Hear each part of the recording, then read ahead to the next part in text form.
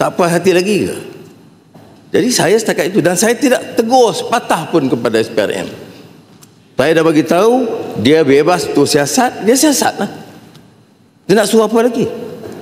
Baik, ada ukurun, wibawa SPRM. Dia ambil tindakan terhadap kartel terbesar yang diberi perlindungan selama puluhan tahun. SPRM dan badan ini semua menteri saya tahu. Mustahil tidak tahu adanya sindiket yang besar. Ya. Jangan cabar lebih, tapi dibiarkan. Sebab itu kita dapat kumpul 15.5 bilion ringgit. Jadi saya, setakat yang saya boleh buat, Masjid Tanah, saya kata beri kelonggaran, dia siasat. Tidak ada maklumat kepada saya, tidak campur tangan. Dan ada posting, repost, boleh siasat, saya tak tahu apa yang dimaksudkan. Saya boleh tanya administrator, kerana saya tidak ada masa untuk itu.